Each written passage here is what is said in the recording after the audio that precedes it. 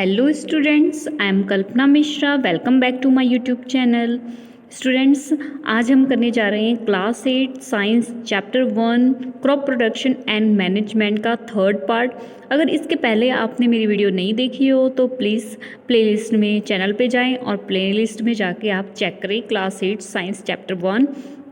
आपको पूरा chapter serial से मिल जाएगा। ओके स्टूडेंट्स, तो स्टार्ट करते हैं आज हम अपना next topic manure and fertiliser. ठीक है, मैन्योर क्या होता है बच्चे लोग, आपको पता है कि जो सॉइल में मैन्योर क्या होता है, जैसे कि पेड़ पौधे की पत्तियां होती हैं, ठीक है, और उसके बाद एनिमल वेस्ट होता है, ठीक है। तो ये सारी चीज़ें यूज़ करके जो है जो बनाया जाता है, खाद बनाई जाती है, ठीक है, उसे क्या बोलते हैं, मैन्योर, जो कि प्लांट्स को दिया जाता है, ठीक है।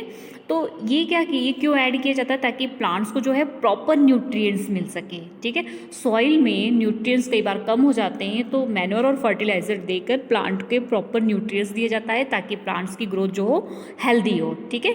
अब पहली बोल रहा है, I saw a healthy crop growing in a farm. मैंने देखा है, ठीक है, in this neighbouring farm the plants were weak. देखा है, एक जगह तो बड़ा हेल्दी थे और दूसरी जगह बड़े वीक थे, ठीक है। तो why do some plant grow better than other. तो कुछ प्लांट तो बहुत अच्छे थे और कुछ उससे कम अच्छे थे। क्यों, ऐसा क्यों था? तो आप समझ गए ना कि उनको क्या था, न्यूट्रिएंट्स की कमी थी, जिनको जो है मैन्योर और फर्टिलाइज़र नहीं दिया गया, ठीक है।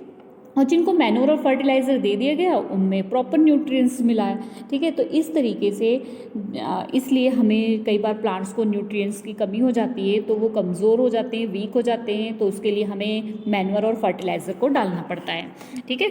तो अब हम पहले आपको ये पता होना चाहिए मैन्योर क्या होता है। मैंने आपको बता दिया कि जैसे कि जो वेस्ट होते हैं, कौन से वेस्ट, जो डिकम्पोज हो जाते हैं, जैसे कि प्लांट और एनिमल के ऐसे वेस्ट जो डिकम्पोज हो जाते हैं, प्लांट के पत्तियां होती हैं, सब्जियों के छिलके होते हैं, ठीक है, और एनिमल वेस्ट जैसे कि गोबर वगैरह होते हैं, ठीक है। इन सब का यूज़ किया जाता है मैन्योर बनाने में। इसको क्या किया जाता है, एक जगह इकट्ठा करके रख दिया जाता है 50 से 60 दिन तक, और उसके बाद इसमें क्या होते हैं, माइक्रोब्स आ जाते हैं, और वो माइक्रोब्स क्या करते हैं, इसको मैन्योर में चेंज कर देते हैं। इसे ऑर्गेनिक मैन्योर कहते हैं, ठीक है।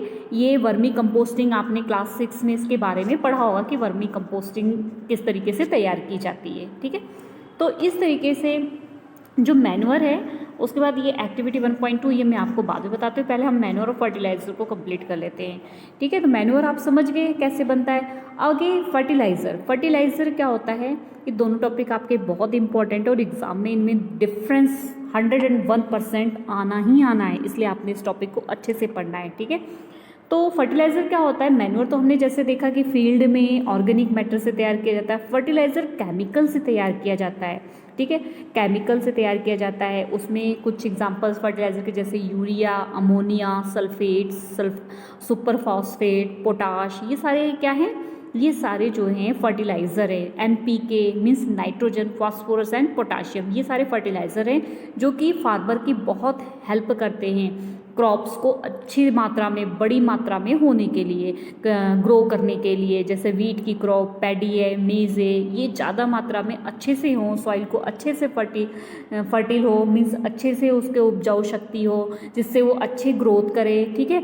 और तो इसको क्या किया जाता है, फर्टिलाइज़र को सॉइल में डाला जाता है, और इस तरीके से जो है प्लांट की जो भी न्यूट्रिएंट्स की कमी होती है, इन दोनों में से दोनों चीज़ों को फॉलो करके मैन्योर डाल के, फर्टिलाइज़र डाल के उसको कंप्लीट किया जाता है, उसके न्यूट्रिएंट्स की कमी को, ठीक है।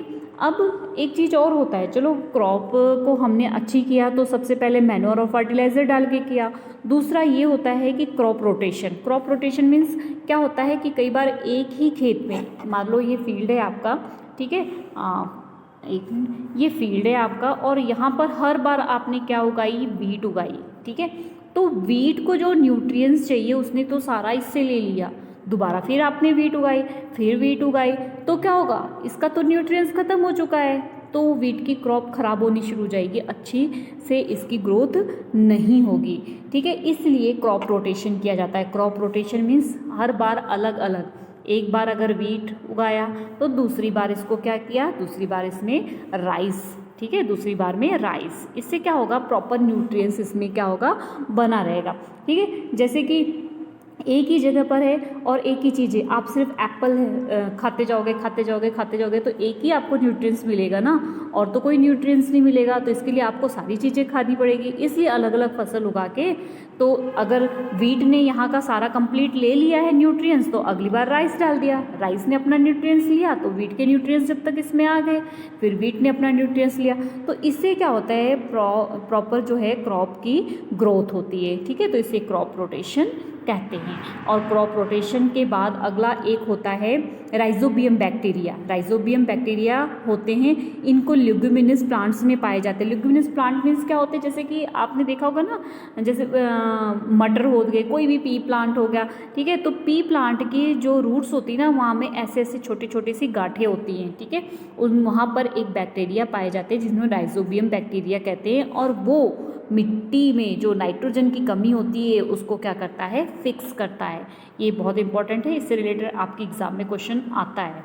ठीक है, नेक्स्ट मोस्ट इंपॉर्टेंट क्वेश्चन हम देखते हैं, difference between manure and fertiliser. ये क्वेश्चन बच्चे आपने अच्छे से करना है, ये कई बार 3 मार्क्स या 2 मार्क्स में जरूर पूछा जाता है। ठीक है, तो फर्स्ट पॉइंट हमारा है फर्टिलाइजर और मैन्योर। फर्स्ट में fertiliser is a man made inorganic salt, जो कि हम पढ़ चुके हैं ना अभी, ये ऑर्गेनिक मैटर क्या होता है, जो डिकम्पोज हो जाते हैं, खत्म हो जाता है एटमॉस्फेयर में अपने आप। तो फर्टिलाइजर मैन मेड होता है, मनुष्य के द्वारा बनाया होता है, किसके, इनऑर्गेनिक सॉल्ट से। ठीक है, मैन्योर क्या होता है, नेचुरल सब्सटेंस से बनता है, जो कि डिकम्पोज हो जाते हैं, जैसे कैटल डंग और प्लांट का रिड्यूस्ड, जो प्लांट के वेस्ट होते हैं उनसे। ठीक है, सेकेंड है fertiliser is prepared in factories, कहाँ बनाया जाता है, फैक्ट्री में, और मैन्योर कहाँ बनाया जाता है, फील्ड में। Third, fertiliser does not provide any humus to the soil, fertiliser humus नहीं प्रोवाइड करेगा ना सॉइल को, क्योंकि वो किससे बनता है, केमिकल से बनता है। और मैन्योर जो है ह्यूमस प्रोवाइड करता है सॉइल को, जो कि सॉइल के लिए बहुत अच्छी होती है। Fertiliser are very rich in plant nutrients, fertiliser जो है ज़्यादा न्यूट्रिएंट्स देता है प्लांट को। ठीक है, जैसे कि like nitrogen, phosphorus and potassium. और मैन्योर क्या करता है, अगर फर्टिलाइजर के अकॉर्डिंग हम देखें तो less rich in plant nutrients, come nutrients जो है प्लांट को देता है। आप इसमें और भी पॉइंट्स लिख सकते हैं कि फर्टिलाइजर को ट्रांसपोर्ट करना ईजी होता है और मैन्योर को ट्रांसपोर्ट करना क्या होता है, ईजी नहीं होता है। ठीक है, और स्टोर करना भी लिख सकते हैं। ठीक है, फर्टिलाइजर को स्टोर करना भी इजी होता है और इसको स्टोर करना बहुत मुश्किल होता है। नेक्स्ट आगे हम देखते हैं एडवांटेजेस ऑफ मैन्योर। मैन्योर के क्या एडवांटेजेस हैं, the organic manure is considered better than the fertiliser, this is because जो ऑर्गेनिक मैन्योर होता है ना, वो बहुत सही होता है फर्टिलाइजर से। क्यों, it enhance the water holding capacity of the soil, soil की जो वाटर होल्डिंग की कैपेसिटी होती है ना, वो मैन्योर की वजह से अच्छी होती है। ठीक है, it makes the soil porous due to which exchange of gases become easy.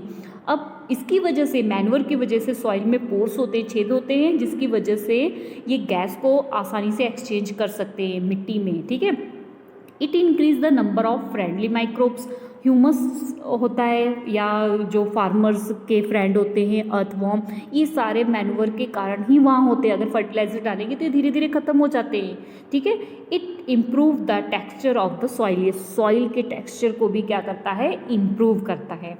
Okay students, next topic है हमारा इरिगेशन, इसको हम नेक्स्ट वीडियो में पढ़ते हैं। तब तक के लिए बाय बाय। और इस टॉपिक को आपने अच्छे से क्लियर कर लेना है।